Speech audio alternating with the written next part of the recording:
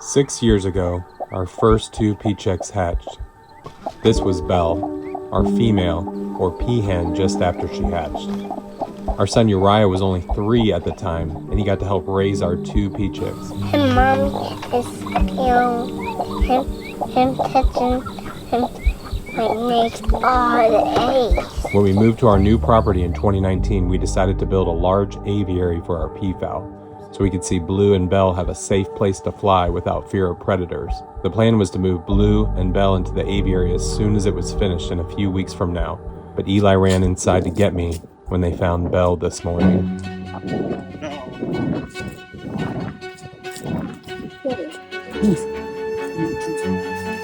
could tell that she was sick. Belle was gone in an instant, and we weren't ready to find her like that today. Now we had to bury the first pea chick we ever hatched. It's really unexpected. I couldn't even film. It's just, people say that we do this for views or that it's staged, or this is real life, guys. We found our peahen dead, and Belle, our longtime, she's 6 years old. She was our first peahen that hatched out along with Blue, and we just happened to find her here in the coop dead. Weeks before we moved them into the aviary and give them all the big space, she didn't get to move in there, which is super disappointing. You ready to help me carry it?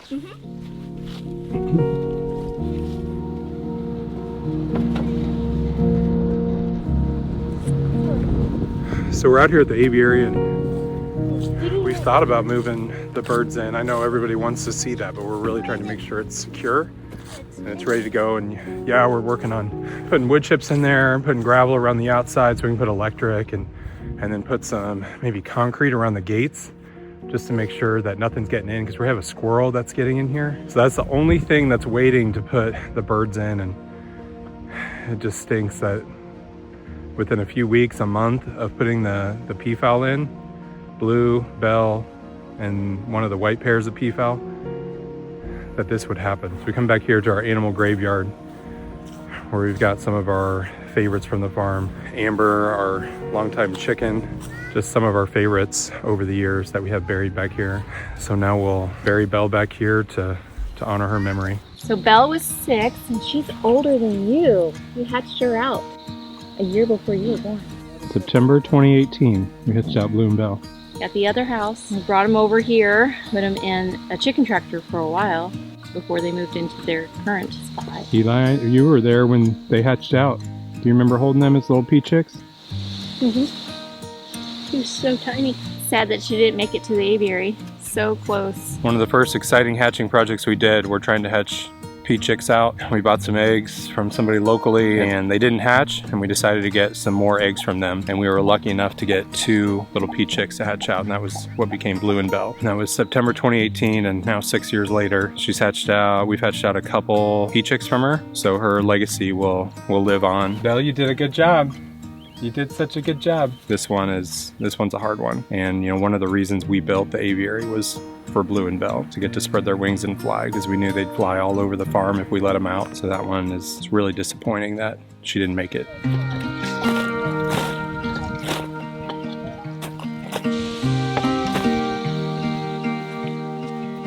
We've had some predator issues over the years with our deceased animals, so we try to bury them as deep as we can, sometimes placing them in bags or wooden boxes to hide the smell.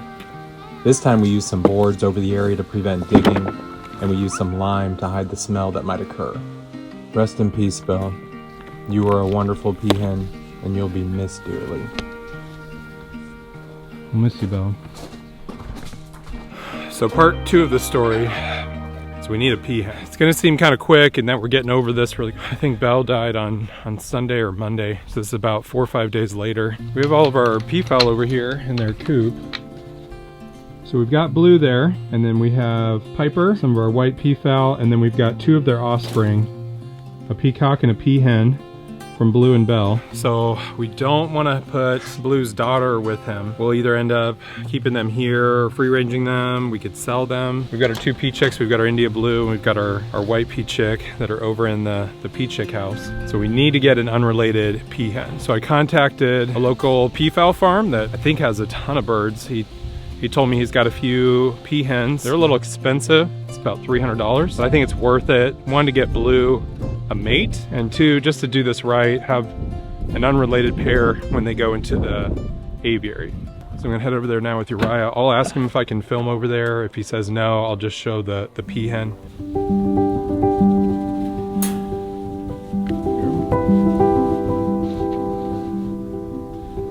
Well, we've got our new peahen. We went over to this peafowl farm. He actually brought the peahen right out to us, so didn't really want to ask or bother with filming there. I told him about our channel. I think it'd be a super cool place to film sometime. He's got a ton of amazing breeds of peafowl, but he brought our India blue peahen right over to us. She's gonna be 3 this next year. So we're gonna go ahead and load her up and move her out to the aviary. Now we're not actually, technically she'll be the first bird in the aviary, but we're not gonna let her loose because we still need to secure all of the fencing. We don't have any other coops available, any of the big ones. We've got some of the smaller ones. I don't want to put her in one of the smaller ones. Let's load our peahen up and I'll show you where we can take her out there. All right, so we're out here at the aviary. We've got this coop that we built, I don't know, 3-4 years ago now.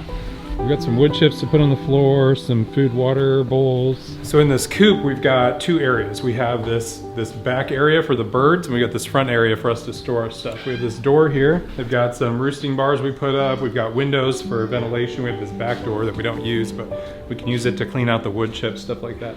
We'll eventually try to figure out some nesting boxes in here for the pheasants and peafowl. Maybe they'll use them.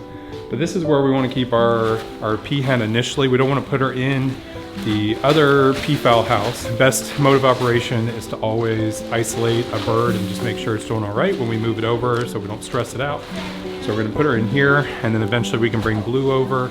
That way she'll know this is her home when we put her out into the big area. She'll know to come in here, hopefully when it's bad weather, things like that. So this door right here, this is where they'll come in and out. We'll be able to lift it up and keep it open all the time. But right now we've got it closed. I don't see a situation other than if we're coming into work and we want to try to move them in here that we'd close it down. Most of the time it would probably just be open once we have everything done in here. Probably need a board down or something to keep wood chips from getting up in it. Ooh, do I want this board or do I want that pallet? Maybe I'll use the pallet.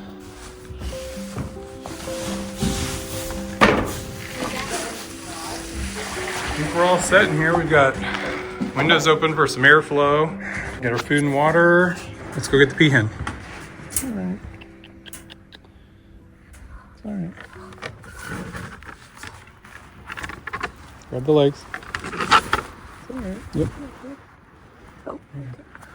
Need to grab on the top of the leg. On the top of the leg. So technically the guineas, we had guineas years ago that we ended up bringing out here before we had all the fencing up. We didn't even have the outer fencing yet. We just had electric fence around. We kept them in here. We let them use the coop. And so the guineas would come out here, they'd stay in there during at night, and then they'd come out here, and then they end up getting attacked by hawks and owls. We saw them getting eaten by hawks one time when we came out here.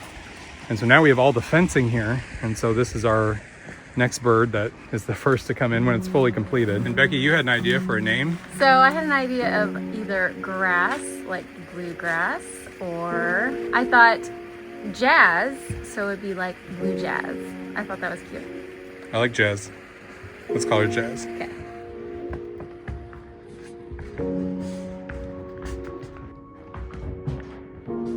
What do you think, huh?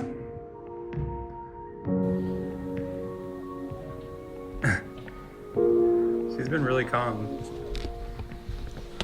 All right, well, we'll let Jazz settle in here. I think she'll be fine. She looks really curious about checking out this spot. Kind of comparable to where she came from. It was kind of this type of shape of a little tunnel that they were all kept in. So I think she'll be pretty comfortable with this for at least the next few weeks as we start to bring some more of the peafowl out, introduce Blue to her, and maybe the white pair we might bring out here, and then ultimately when we let them out here when the aviary's done. Pretty exciting. I can't wait till they're all in here.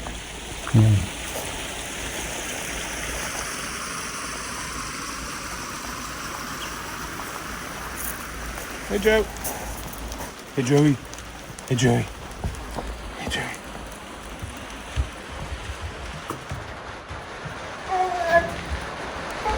Well, it's just our luck. We were actually going to work on the aviary this afternoon and have our friend come over with the skid steer to do all the dirt work out here, and now it's pouring down rain. So it's kind of tough to fit into my friend's schedule. It's all right though, we'll get into it eventually. It's just every time we're looking to do it, something happens to delay it. So hopefully we can knock it out tomorrow. So our new peahen, Jazz, she's been out at the aviary for almost a week now, and so we want to move Blue out there. We were hoping to get work done over the past few days. It's been dry as a bone for a month here, and then go figure, right when we're gonna have work done out here with a skid steer, it's been raining for 3 straight days. So we have 3 India blue peafowl out here. We've got a peahen right here. She just went in there, and that's Blue right there. So there's our peahen, some of our white peafowl, and then there's Piper,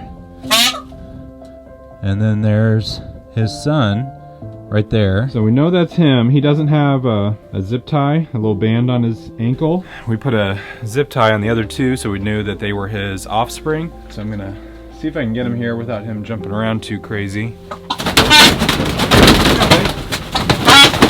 Don't break your leg.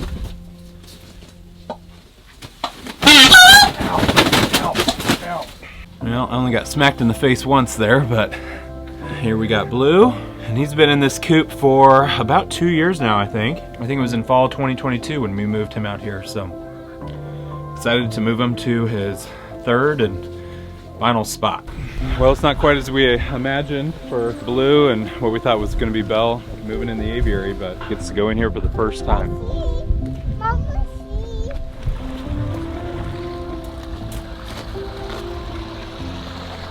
Oh, good jump. One more jump. So soon enough, he'll be able to roam in here and fly, and I imagine he'll be up on these perches here. But for now, we're gonna move him in the coop with Jazz. I see the 2 one. There's Jazz. Been chilling out here by herself. We brought your friend. Let's see how they do together. Ouch. Ouch.